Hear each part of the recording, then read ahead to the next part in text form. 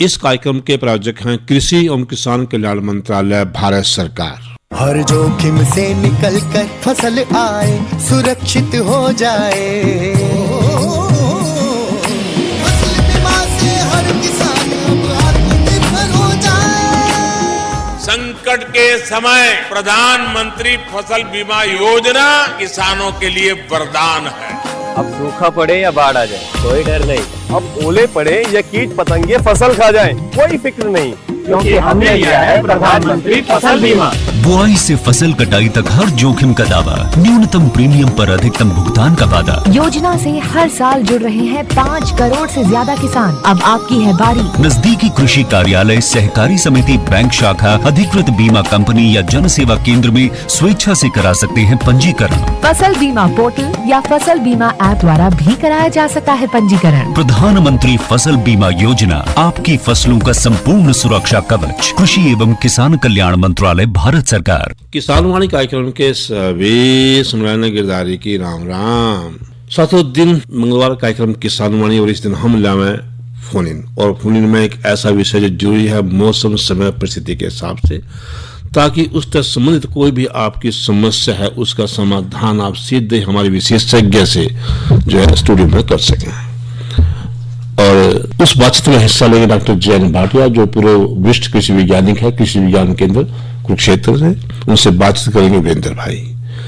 जो संपर्क सूत्र रहेगा जिसके माध्यम से आप बातचीत कर सकें, अपने समस्या का समाधान पा सके, वो रहेगा 221-322। जो साथी कुरुक्षेत्र तबार के मोबाइल तक फोन करेंगे उनके वास्ते एसटीडी कोड बहुत ही जरूरी है, और एसटीडी कोड है 01744, यानी 01744-221-322। साथियों का एक हाथ जोड़ के विनम्र निवेदन है कि विषय से संबंधित ही फोन करें। तो विषय जो हमारा आज का हम बताते हैं कि धान की उन्नत किस्में व नर्सरी तैयार करने में सावधानियां। जिस भाई की इस तरह संबंधित समस्या है वो फोन कर दे, और बाकी फोन ना करिए, क्योंकि कई बार आप फोन तो कर लोगे, फिर आपको भी डांगरे का बारे में बता दो या किसी और चीज के बारे में बता दो, उस समस्या का समाधान तो आपको होने का नहीं, तो होगा तो विषय से संबंधित ही। तो इस वास्ते विषय से संबंधित ही फोन करना है, और विषय अटका फिर बता दें आपने कि विषय है धान की उन्नत किस्में व नर्सरी तैयार करने में सावधानियां। तो चला स्टूडियो में करा बातचीत शुरू। किसान वाणी कार्यक्रम सुनने वाले सारे बहन भाइयों ने वीरेंद्र भाई की राम राम।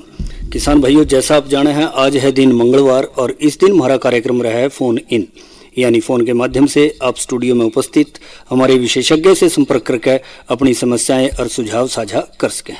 तो इसके लिए किसान भाई फोन नंबर नोट कर लें। फोन नंबर रहेगा 01744212322। फोन नंबर एक बार फिर नोट कर लें 01744-221-322। और हमारा आज का विषय है धान की उन्नत किस्में व नर्सरी तैयार करने में सावधानियां, और हमारे विशेषज्ञ हैं डॉक्टर जे.एन. भाटिया जी, पूर्व वरिष्ठ कृषि वैज्ञानिक, कृषि विज्ञान केंद्र कुरुक्षेत्र से। डॉक्टर साहब, आपका हमारे स्टूडियो में स्वागत है। हाँ, धन्यवाद वीरेंद्र भाई। डॉक्टर साहब, जैसा आप जाने हैं कि खरीफ का मौसम लगभग शुरू हो गया, हाँ इसकी तैयारियों में किसान भाई लग रहे हैं। बिल्कुल सर। और जो इस मौसम की हमारे क्षेत्र में जो अहम फसल मानी जाए वह धान की। बिल्कुल जी। अब धान के लिए जाहिर है किसान भाइयों ये चाहेंगे कि भी ज्यादा से ज्यादा पैदावार हो, अच्छी हो, तो उसके लिए कौन सी उन्नत किस्म है, और साथ ही नर्सरी की तैयारियां भी कर रहे हैं किसान भाई, तो इस दौरान किन किन बातों का खास ध्यान रखा जाए। हाँ वीरेंद्र भाई, इससे पहले कि हम आगे चर्चा करें, थोड़ा सा हरियाणा के बारे में प्रकाश डालेंगे जी, क्योंकि जो हरियाणा है एक छोटा सा प्रदेश है जिसका जो टोटल जो क्षेत्रफल है वो है 36 लाख हेक्टेयर, और 36 लाख में से जो 26 लाख हेक्टेयर है वहाँ पर जो है विभिन्न फसलें उगाई जाती हैं। और जैसे आपने बात करी कि खरीफ फसलों में जो आपकी जो धान की फसल है वो एक मुख्य फसल है, क्योंकि मैं आपको जानकारी के लिए बता दूं, पिछले साल हमारे हरियाणा में 18.37 लाख हेक्टेयर में धान की काश्तकारी की थी, और यदि मैं कुरुक्षेत्र की बात करूं तो 1.89 लाख हेक्टेयर में जो है धान की काश्त हुई थी। कहने का मतलब है पूरे हरियाणा के 10% एरिया अकेला आपके कुरुक्षेत्र में था। तो मैं थोड़ा सा इस फसल की जो है इम्पोर्टेंस के बारे में आपको इसकी अहमियत कितनी ज्यादा है। दूसरी अहमियत ये है, हरियाणा का जो टोटल एरिया है वो है 1.41% जी, और इस धान मतलब बासमती की वजह से या जो धान की फसल की वजह से हरियाणा को 100 से ज्यादा देश जानते हैं। क्योंकि बाहर भी निर्यात होता होगा, यहाँ की बाहर निर्यात होता है। 60,000 करोड़ रुपए की जो है विदेशी मुद्रा हमें धान के जरिए मिल रही है। और मैं बताऊं पीछे मतलब धान ने है ना जो हमारे किसानों को बहुत से नारे दिए, आपको पता है जी। बासमती का बड़ा अच्छा रेट था, तो इसलिए इस फसल पे जो है चर्चा होना स्वाभाविक है। बिल्कुल सही। और दूसरी दो और अहम बातें हैं आज हम जो चर्चा कर रहे हैं।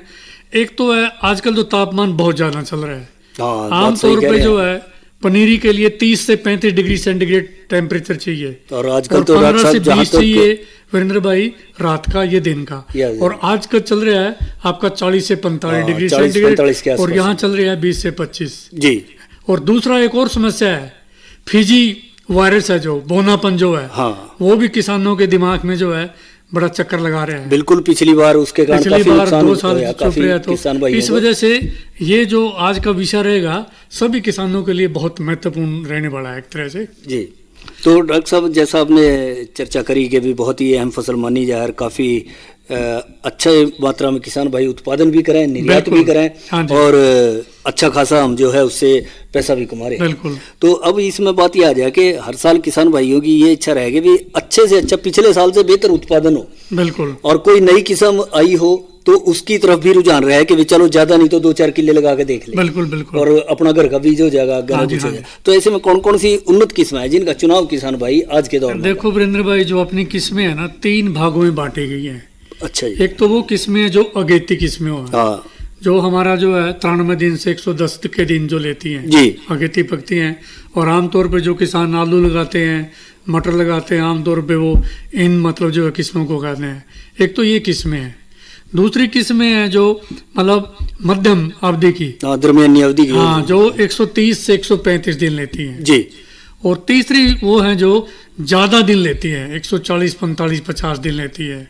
तो ये 3 भागों में बटी हैं अपनी मोटी किस्में भी और जो है बारीक किस्में भी, जो है बारीक दान कहते हैं जिसमें, हाँ बिल्कुल, बासमती की आगे वो भी। तो अब समय कौन सी किस्मों का चल रहा है? अब जो समय है आपका जो मतलब अर्ली जो है अगेती किस्में हैं, जैसे P 1509 है आपका जी, PB 1692 है आपका, HKR 49 है जी। इनका जो टाइम बिल्कुल अब बिल्कुल सही चल रहा है। मतलब तो इनकी किसान भाई जो है 25 मई से लेके मान लीजिए 15 मई से कह लो आप जी, और 30 मई तक इनकी हमने बिजाई कर देनी है, इनकी नर्सरी तैयार कर सकें अगेती किस्में। हाँ। तो अब बात आई डॉक्टर साहब के भाई जो मध्यम अवधि किस्में हैं, तो उनका समय क्या रहेगा? उनका रहेगा मतलब 25 मई से लेकर 30 जून तक। 25 मई से लेकर के 30 जून तक। और जो मतलब जो 11 दिन की हैं उनका रहेगा 1 जून से 15 जून तक जी। तो डॉक्टर साहब, जिस हिसाब से आपने कहा कि जो मध्यम अवधि किस्में हैं, तो ये पौध तैयार करने का समय है या रोपाई के समेत समय है? पौध का बिजाई करने का समय सर, पौध और बिजाई करने और 25 दिन बाद हम इसकी जो है रोपाई कर सकते हैं, रोपाई कर सकें, जो तैयार कर लें। और ऐसी जो बासमती की है। दूसरा फिर एक सावधानी और हम बता रहे हैं वीरेंद्र भाई, क्योंकि आमतौर पर देखा गया है 3-4 साल का तजर्बा हमारा कि जो जिनके यहाँ फिजी वायरस आई है, बोनापन आया है जी, वो 25 मई से पहले बिजाई ना करें।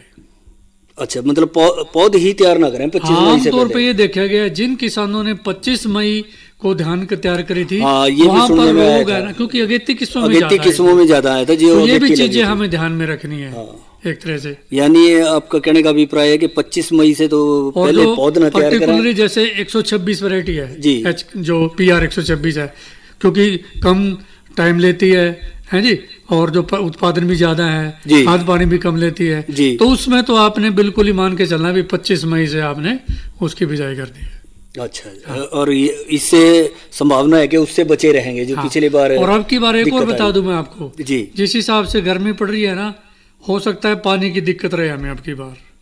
अच्छा, वही मानसून ये सुनने में आ रहा है देखो कि राजस्थान में, हरियाणा में, पंजाब में मानसून कमजोर रहेगा अब की बार। डॉक्टर साहब, चर्चा हमारी जारी रहेगी एक फोन कॉल के बाद। हेलो। हाँ जी, नमस्कार जी। हाँ नमस्कार जी, आपका नाम? मांगीराम सैनी बोल रहे हैं। मांगीराम जी, अपना प्रश्न करें, आपका स्वागत है जी। डॉक्टर साहब, ऐसा है जी, जैसे पनीरी बोई जी। हेलो। हाँ जी, जैसे जीरी बोई ना जी। ठीक है, हाँ ठीक। तो ये आजकल टेम्परेचर बहुत हो रहा है, दिन में पानी दे बूंदेगा कि पानी गर्म हुआ, बिल्कुल बिल्कुल सर।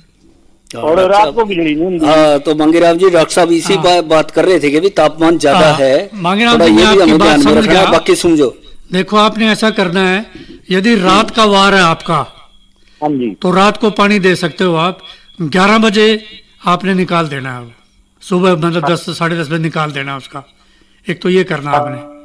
अच्छा जी। दूसरा, यदि दिन में आपका वार है तो आपने 11 बजे पानी देना है, 2 बजे निकाल देना है उसको। हाँ हाँ, यही हो रहा है जी सर, पानी ज्यादा जी, पौध में आज गर्म टेम्परेचर था जी, बहुत बूंदेगा। बिल्कुल, क्योंकि यदि आपने अच्छी पौध लेनी है तो 8 से 10 दिन पानी नहीं खड़ा रहना चाहिए आपकी पनेरी में। ठीक है जी। हाँ, ये सावधानी बरतो। और भी ज्यादा गर्मी हो, मान ले कई बार पनीरी जल जाती है, तो उसमें हाँ जी, एक और वही सावधानी कर सकते हो आप, पानी का छिड़काव कर सकते हो वहां पर, कोई नहीं, ऐसी करेंगे डॉक्टर साहब। ताजे पानी का। ताजे पानी का। क्योंकि जैसे हमने अभी चर्चा करी थी, क्योंकि नर्सरी के लिए जो तापमान चाहिए वो चाहिए 30 से 35 डिग्री सेंटीग्रेड और 15 से 25 डिग्री सेंटीग्रेड रात का। लेकिन अब जो है ज्यादा चल रहा है तापमान, इसलिए थोड़ा हमें मतलब ये सावधानियां बरतनी पड़ेंगी। यदि अब जैसे वीरेंद्र भाई हम बात करें, जी, पनीरी डॉक्टर किसान 2 तरह से करते हैं। हाँ जी, एक तो करते हैं, मान ले खेत तैयार कर लिया हाँ। और सूखी बिजाई कर देते सूखी हैं। बिजाई करती ऊपर से, आजकल यही चल रहा है ज्यादा। हाँ, और पहले तो पानी कद्दू भर देते हैं। पहले कद्दू करे रहते हैं सारा। हाँ, दूसरा एक है कद्दू करने का, कि हम जो है जमाव करके थे जी। हैं। तो दोनों में फर्क है और दोनों में फायदा नुकसान है। दोनों फायदा नुकसान। यदि मान ले हम खेत तैयार करके और सूखे में बिजाई कर रहे हैं, जी। सूखे में बिजाई करके हम पानी दे देते हैं, तो वहां पर हमें जो पनीरी मिलेगी वो जो है वो जलेगी नहीं बिल्कुल भी आपकी। अच्छा, मतलब कि जैसे सूखे में खेत तैयार कर दिया, हाँ। क्यारियां बना दी उसमें, हाँ। और फिर उसमें ऊपर से छिंटा दे दिया, छिंटा दे दिया, ऊपर थोड़ी सी या तो मिट्टी डाल दिया, फिर बूस डाल दिया, या बूस डाल दिया, और फिर तो उसके बाद पानी दे दिया। उसमें पता है खासियत क्या पानी रहेगी? बाद में देना बोने के या पहले देना? उसी टाइम देना है, साथ ही देना आपने, या पूरा पा- भर देना है। या पानी देगा फिर गिरते हैं, छिंटा देते हैं ऊपर से? वो दूसरी विधि है अच्छा, जिसमें वो पडलिंग दूसरी करके। जी जी। तो इसमें क्या होगा, जो बीज है ना जमाव निकलेगा, उसकी जड़ें बिल्कुल एस्टेब्लिश हो जाएंगी जमीन में। अच्छा, तो वो मतलब जो है ना तो जलेगी वो, और ना ही जिस तरह कई बार इकट्ठी हो जाती हाँ, इकट्ठी हो जाती है, वो भी और नहीं। जो हम जमा के बीज गिरते हैं ना, हाँ, जड़ा के बीज है। जड़ा के उसमें कई बार पानी रह जा खड़ा, पानी गर्म हो जाओ, जल जाते हैं वो जड़ सारे। जा। हाँ, वो किसान भाई जो बात कर रहे थे वो उसी विधि की कर रहे हैं मेरे इकट्ठे ख्याल भी में। हो जाते हैं एक तरह अच्छा, से। इसमें जो पहली विधि बताई आपने, उसमें जड़ाने की जरूरत नहीं है। उसमें जलाने की जरूरत नहीं। ठीक ठीक। हाँ, तो एक तो ये है इन दोनों का एडवांटेज। अच्छा। तो जो किसान उस हिसाब से हाँ, आप जो तो है ये आपने एक अच्छी जानकारी दी कि भाई थोड़ा सा परंपरा से हटके भी थोड़ा हाँ। तैयारी करें। ये अनुभव की बातें हैं, अनुभव की मतलब बातें जो हो जाए। हमें किसान मतलब- भाइयों के अपने निजी अनुभव भी हाँ, हैं हाँ, और उनसे कृषि सीखा वैज्ञानिकों के अपने अनुभव हैं, हाँ। जो उन्होंने अपने फार्म पे करके देखे हैं। हाँ, दूसरा तो फिर मैं बता दूं, जैसे मोटी मोटी जो सावधानी बरतनी है जी। आपने, किस्में तो बहुत हैं, जैसे आपने देखा होगा कि HKR 49 नई किस्म आई है एक। HKR वो- 49 ठीक है करे, जी। अभी नई किस्म आई है एक। पहले हमारे पास 47 थी, 47 जो है ज्यादा टाइम लेती थी, 49 जो है कम टाइम कम लेती टाइम है, ले एक तरह से पैदावार भी अच्छी बता रहे हैं। दूसरा ये भी कह रहे हैं कि इसमें जो है ये बोनापन भी नहीं आता। अच्छा, 49 में? 49 में। और ज्यादातर डॉक्टर साहब जैसे किसान भाई और जान रहे हैं कि भी 126 ला दी, हाँ, हाँ। हैं जी 129 ला दी, ये हाँ, अपने गिने चुने से नाम है जो नहीं नहीं, उनका बहुत जो। किस्में हैं, तो जैसे आपने इसके देखा अलावा होगा। हटके भी ले। हाँ, अब जैसे PB 1509 है, 1509 है, हाँ। PB 1692 है, जी। इनकी बिजाई का टाइम चल रहा है अब आपका 1509 अब जैसे आपकी जो PR 126 है, इसका टाइम चल रहा है सारे का सारा। जी। ये PR ग्रुप है पूरे का पूरा, जो पंजाब यूनिवर्सिटी का है। ये अपनी वैरायटी है, जैसे HKR 127 है जी, 120 है एक तरह से, है जी। तो ये बहुत सारी वैरायटी हैं जो भी है किसान। हम 2 वैरायटी आई हैं, जैसे 132-33 आई हैं मोटे धान में, PR 132-133 में। ये पानी कम भी लेती हैं, खाद भी कम लेती हैं। ये आपने अच्छा हाँ, बात 1.5 करी कि कट्टे में पानी पड़ भी जाती कम हैं, ले रही है और खाद भी कम लेती हैं, हाइट भी कम है इनकी। एक बार इनका नाम दोबारा बताना रख सकते? हाँ, मतलब जो है PR 132, PR 133, PR 132 और 133 सिर्फ ये- 1.5-2 कट्टे में भी मतलब जो है अच्छा जी। अच्छी पैदावार है, कम पानी लेती हैं, कम खाद लेती हैं, हाँ। और पैदावार भी बहुत अच्छी है इनकी। तो ये किस्में चुन सकते तो हैं। जाहिर है किसान भाइयों को ऐसी किस्मों का भी चुनाव करना चाहिए कि जिसमें कि कम पानी लगे और हाँ, कम। और दूसरा एक और समस्या है वीरेंद्र डॉक्टर भाई। साहब चर्चा जारी रहेगी एक फोन कॉल के बाद। हेलो, हाँ जी, राम राम जी। राम राम जी, राम राम। आपका नाम? बलदेव सिंह। बलदेव सिंह जी, आपका स्वागत है, अपना प्रश्न करें। खारसा जी। हाँ जी, सारसा से बलदेव जी, आपका स्वागत है, अपना प्रश्न करें। पूछने वाली विधान है कि झाड़ कौन सी ठीक दे रही है, कौन सी धान की फसल झाड़ कौन सा दे रही है, कौन सी अच्छे झाड़ वाली? ऐसा है चौधरी साहब, आपने जो किस्में हैं जैसे जो पिछले साल उगाई है ना अपने खेतों में, या जो आपके पड़ोसी ने, एकदम नई किस्म पे नहीं जाना चाहिए आपने बिल्कुल किसी पे भी। कोई आजकल प्राइवेट वाले बहुत ज़्यादा किस्में या हाइब्रिड लेके आ रहे हैं। जो आपने जांच परख रखी है ना किस्में, वही आपने किस्में लेनी है एक तरह से। जैसे हम जिक्र कर रहे थे, आपने जो पंजाब की 2 किस्में आई हैं जो मोटे धान में, जो आपकी जैसे PR 132 आई है, PR 133 आई है, वो सिर्फ 110 दिन लेती हैं ये एक तरह से। और तो ये आप कर सकते हो, ज़्यादा पैदावार है इनकी, कम खाद लेती हैं आपके। अपनी जो HKR 49 किस्म आई है वो ले सकते हैं। पंजाब की जैसे एक जो PR 126 है वो भी कम टाइम लेती है, वो ले सकते हो आप। तो आपने आजकल जो टाइम आ रहा है ना, हमने जो कम टाइम में पकती हैं, कम खाद पानी लेती हैं, बीमारी कीड़े कम लगते हैं, उन किस्मों का चुनाव करना चाहिए हमने। क्योंकि यदि आपने हाइब्रिड ले ली या पूसा 44 ले ली, वो जो है 5-5 महीने में पकती हैं, खाद भी बहुत लेती हैं, कीड़े बीमारी बहुत लगती हैं। वीरेंद्र भाई, हम बात कर रहे थे भाई, जैसे किसान भाई पूछ रहे हैं हमने भी कौन सी उत्तम किस्में लेनी है। तो किस्में तो वही हैं एक तरह से जो है, मतलब जो है, क्योंकि यदि मान लें हाइब्रिड लगाओगे आप, हाइब्रिड में खाद भी तो ज़्यादा देना पड़ेगा, पानी भी तो ज़्यादा देना पड़ेगा, टाइम भी तो ज़्यादा लगेगा, और यदि बीमारी आएगी वो फिर वो भी तो हमने जो है जो एरिया निर्धारित करना, माने 10 किले लगाने हैं, उसका हमने बंटवारा सही जगह से करना है। बिल्कुल सही कह रहे हैं, चुनाव सही कर रहे हैं। कुछ अगेती लेनी है, कुछ बासमती लेनी है, क्योंकि हमने मोनोकल्चर नहीं कर दी है बिल्कुल। और खेत भी आगे पीछे खाली हो जाए, खेत भी आगे पीछे खाली हो जाए, जो अगले मौसम की फसल लेनी है उसके अनुसार तैयारी भी हाँ, जैसे पौध की बात भी कर रहे हैं हम, पौध भी कभी भी हमने सारी एकदम नहीं उगानी है। हाँ, नहीं एकदम बढ़ जाए फिर। हाँ, उसमें कई बार जैसे बरसात नहीं हुई, कई बार आदमी पे मजदूर नहीं मिले आपके, और फिर यदि जो हम कहते हैं 25 दिन की पौधा है, वो अच्छी पैदावार देती है, अच्छी जमीन में मतलब जो है सेट होती है वो। और कई बार 40 दिन की हो जाए फिर उसमें गांठें पड़ जाती हैं उसकी। यही 1509 में तो बड़ी दिक्कत आई है, कई बार देखा होगा। बिल्कुल सही कह रहे डॉक्टर साहब। तो इसमें हमें तो डॉक्टर साहब चर्चा जारी रहेगी, एक फोन कॉल। हेलो हेलो, हाँ जी, राम राम जी। राम राम जी, ठीक हो जी? हाँ बढ़िया सर, बढ़िया। आपका नाम? डॉक्टर साहब, मैं यह मालूम करना जी, जैसे नर्सरी भाई आपने बताई है सुक्के में बोने के लिए जी, इसे हर साल बोए, इसमें खाद गिरना है जी देसी, लेकिन हमें एक बात बताओ जी, कबाड़ जम जाए तो कबाड़ की दवा हमें पहले ही गिरे, जमने के बाद गिरेंगे? खरपतवार ज्यादा हो जाएगा सब अगेती पनीरी में। देखो ऐसा है चोई साहब, हम आम तौर पे जो खरपतवार के लिए 2 दवाइयां हैं हमारी, एक तो है मतलब 60 और दूसरी है एरेज। हमें 1 से 3 दिन के बाद इसमें डालना है।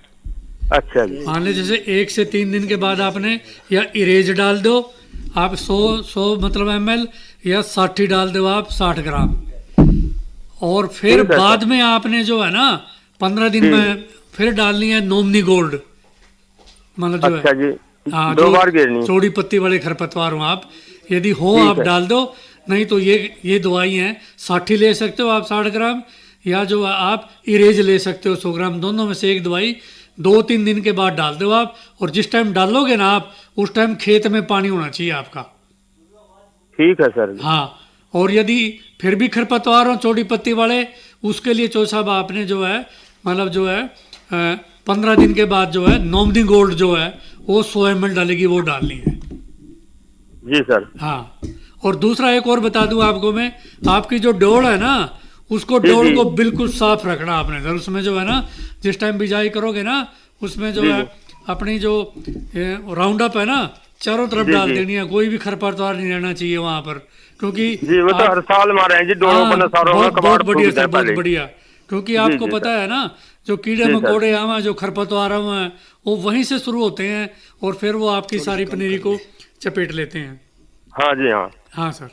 राम राम राम राम जी। तो वीरेंद्र भाई, हम बात कर रहे थे, मोटी मोटी सावधानियां हम जिक्र कर रहे हैं। सबसे पहले तो पनीरी हमने वहां लेनी है, यदि 2-3 साल हम न हो गए ना लगातार, वो स्थान बदल लेना हमने। अच्छा, खेत बदलने? बिल्कुल बदलना है, क्योंकि बहुत सारी बीमारियां होती हैं जो बीज जनित होती हैं, और जिनके यहाँ पर किसान भाइयों ने हो जाए कि भाई यो खेत ऊंचा है, इसमें से पानी निकल जाए सौखा, और भाई यही खेत लग रहा है, कितनी जगह चाहिए यही बात कह रहे हैं पनीरी के लिए जी। तो 1 कनाल की आराम से बदल सकते हैं। हाँ, ये आपकी बड़ी बात मान ली मैंने कि जो आपने पनीरी का जगह चुननी है वो थोड़ा ऊंचा होना चाहिए जगह, पानी का उसमें निकासी होनी चाहिए, बिल्कुल ही पानी खड़े होनी चाहिए आपने, और जगह बदल लेनी चाहिए। दूसरा, डोले बिल्कुल साफ होने चाहिए हमारी, लेदर लेवल से हमने जो है खेत तैयार करना चाहिए, बिल्कुल जितने भी अवशेष हैं वो हमें उसमें से निकाल देने चाहिए बिल्कुल भी। ऊंचे नीचे ना हो, नहीं फिर जहाँ डूबा होगा वहाँ पौध मर जाएगी। उसके बाद फिर बीज का चुनाव करना बहुत, बीज का चुनाव बिल्कुल, बीज के चुनाव करने में कई बार देखा है किसान कंप्लेंट करता है, जो जी मेरी तो आधी बीज पौध जामी। हाँ बिल्कुल सही, वो बीज का चुनाव नहीं करता, बीज के चुनाव क्या मतलब है, उसमें थोथा निकल गया, थोथा निकला सारे का सारा, आधा कई बार आधा, क्योंकि आजकल लूटमार बहुत ज्यादा चल रही है। इसका बहुत ध्यान रखना आपने। बीज जब भी लेके आए आप इन्हें क्या करना है, जितना भी बीज आपका उसका 10 गुना पानी। अब जैसे 1 किलो बीज आपका 10 लीटर पानी डाल दो, उसमें जो है 1 किलो जो है नमक डाल दो आप जी, उसको धीरे धीरे बीज को डालो, जितना भी थोथा बीज होगा जितना भी सारा ऊपर आ जाएगा, उसको जो है छलनी से या वैसे हाथ से बाहर डाल दो, और जो नीचे बीज बच जाएगा आपका उसको आप 2-3 बार जो है साफ पानी में धो लो। इसको बोलते हैं बीज का चुनाव।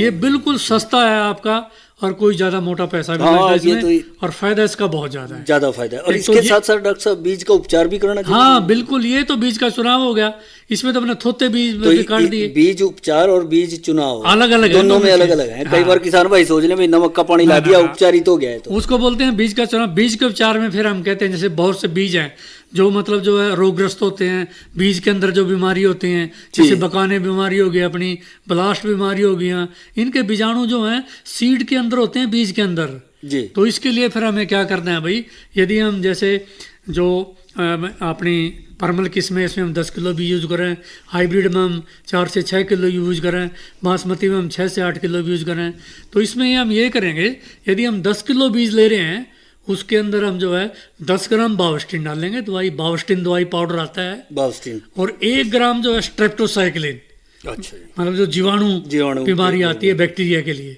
आपने 10 किलो बीज लिया, 10 ग्राम बावस्टिन डाली, 1 ग्राम स्ट्रेप्टोसाइक्लिन डाली, उसको 24 घंटे तक पड़े रहने दिया छाया में नहीं, पानी के अंदर। अच्छा, तो 24 घंटे के बाद उसको आप निकालोगे, निकालने के बाद फिर उसको आप जो है मतलब यदि आपने सूखे में बिजाई करना हो उसको छाया में सुखा के आप सूखा कर लो, और यदि आपने जमाव के करना है उसको ढेर लगा दो कहीं भी छाया में, ऊपर गिल्ली बोरी डाल दो, उसमें 24 घंटे के लिए पानी डालते रहो, 24 घंटे में जमाव आ जाएगा, और जमाव आने के बाद फिर आप उसको जो है खेत में डाल दो।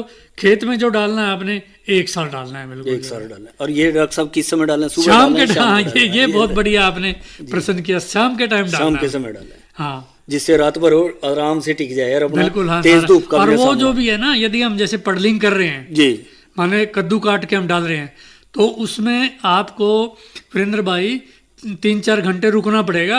अच्छा, कई बार लेट दी है ना, बीज बहुत नीचे चले जाता है, वहाँ भी जमाव कम होता है, और रिग्गा सा उठ जा, उठ जा उसमें। ये भी बड़ी सावधानी वाली बात है। बैठ जा अच्छे से, टिक जा, फिर पानी तो उसमें बीज में गहराई में चले जाता है। किसान कहता है मेरे तो अमूमन पानी कितने सेंटीमीटर, 3 से 5 सेंटीमीटर शुरू में, और बाद में जब तक मतलब आपकी पनीरी 10 दिन की नहीं होती, पानी नहीं खड़ा रखना है भाई आपने। एक मतलब पतला सिर्फ पानी दिया, 1-2 घंटे बाद सारा निकाल दिया, क्योंकि गर्मी इतनी पड़ रही है, पानी गर्म होएगा, यदि आपने अंकुरण कर दिया ना, वो सारा अंकुरण खत्म हो जाएगा आपका, और फिर आपको बार बार जो है ये करनी पड़ेगी समस्या। अब वो तो खुले में डॉक्टर साहब, जब देखा जाए घर के ऊपर रखी जो टंकी है उनका भी पानी कितना वो तो उसके अंदर खेत में, खुले में खेत में। हाँ जी बिल्कुल। दूसरा फिर एक और ध्यान करना है जी आपने वीरेंद्र भाई, जैसे आजकल बहुत खतरा है, कहते हैं ना, यदि दूध का जला लस्सी को भी जो है, तो फीजी वायरस का खतरा अभी टला नहीं है। अच्छा, तो उसके लिए हमें सावधानी जरूर बरतनी है,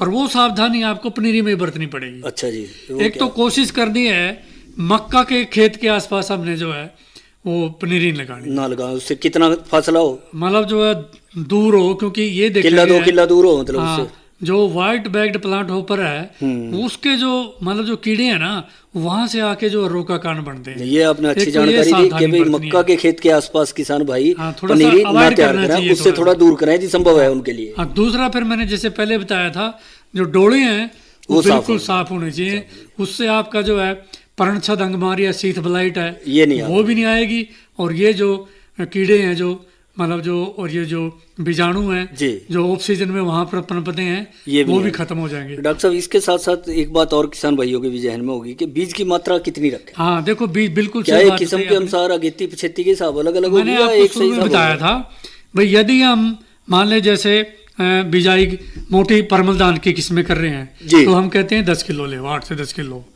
यदि हम जो हाइब्रिड कर रहे हैं 4 से 6 किलो ले आप, और यदि हम बासमती कर रहे हैं तो हम ये कह रहे हैं भाई 6 से 8 किलो ले आप, और यदि हम डायरेक्ट सीडेड कर रहे हैं वो 6 से 8 किलो ले हम। अच्छा जी। क्योंकि मैं बता दूं मोटी मोटी सी बात भाई, यदि आपने एक मनला बीजनी है पनीरी जी। तो 2 से 2.5 किलो बीज आपके लिए काफ़ी है। काफी है, पर्याप्त है उसमें। हाँ, और 1 किले में करीबन मतलब जो 1.5 से 2 क्विंटल बीज पड़ता है यदि 1 किला पूरा आपने करना हो पूरा और उसमें। 1 कनाल करना हो यदि आपने तो 50 किलो बीज पड़ता है। 1 स्क्वायर मीटर में आपका 40 से 50 ग्राम बीज डालना चाहिए। 40 से 50 ग्राम हाँ, इस बात का ध्यान इसलिए- अंदाजन ध्यान रखना। क्योंकि ये है यदि मान ले थोड़ा बीज डालोगे वीरेंद्र भाई आप जी। तो पौधों की संख्या कम हाँ, रहेगी, ये तो और बात यदि सही आप है। ज्यादा बीज डालोगे पौध पतली तैयार होगी पौध आपकी। पतली तैयार होगी, तो ब्रीक हो जाता है, कहते हैं। ये भी मतलब आपने बहुत अच्छा प्रश्न किया। जी। फिर मैं उसी पे आऊंगा फिजी वायरस पे, बोना वायरस पे, जी। क्योंकि हमने पनीरी में भी छिड़काव करना है। हमने क्या करना है वीरेंद्र भाई, एक तो 10 से 11 दिन में अच्छा जी। एक ओसिन दवाई है और एक मतलब जो है टोकन दवाई है। अच्छा जी। ये डिनाइट्रोफ्यूरान दवाई है, इसे 80 ग्राम का आपने छिड़काव करना है।